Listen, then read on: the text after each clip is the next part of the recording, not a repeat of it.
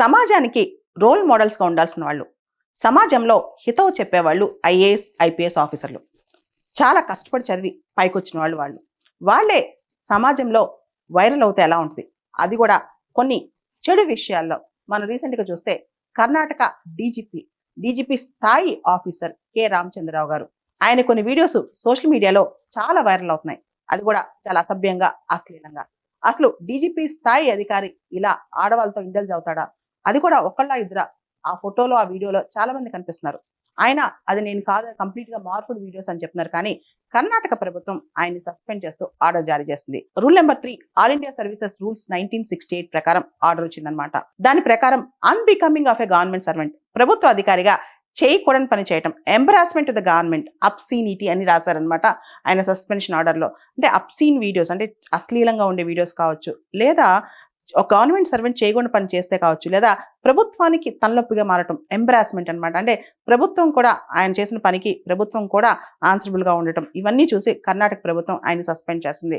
Suspension అనేది మనకు తెలుసు, గవర్నమెంట్ లో అది రివోకబుల్ అనమాట. అంటే ఎప్పుడైనా ఆయన నేరం చేయలేదని తెలిస్తే, తప్పు చేయలేదని తెలిస్తే ఆ సస్పెన్షన్ ఎత్తేయచ్చు.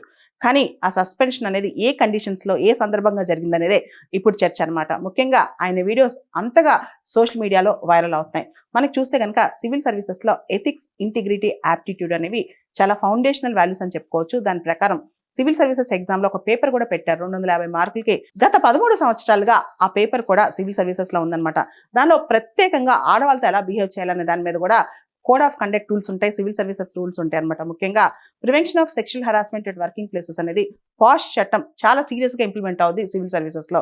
దాంతో పాటు Visakha versus state of Rajasthan guide lines 1997 అంటే ఒక స్త్రీ పనికి వచ్చినప్పుడు, స్త్రీ బయటకు వచ్చి ఉద్యోగం చేస్తున్నప్పుడు ఆవిని అసలు ఎవరు వేధించకూడదు, అలాంటివి జరగకూడదు. ముఖ్యంగా ప్రభుత్వ కార్యాలయాల్లో ఇలాంటి అశ్లీలమైన పనులు జరిగితే గనక అది ప్రపంచానికి, మన రాష్ట్రానికి, మన ప్రజలకి ఎటువంటి మెసేజ్ వెళ్తుంది అనేది ప్రధానమైన ప్రశ్న అనమాట. ముఖ్యంగా ఫ్యూచర్ సివిల్ సర్వెంట్స్ కూడా చాలా మంది దీని వల్ల ప్రభావితం అవుతారనమాట.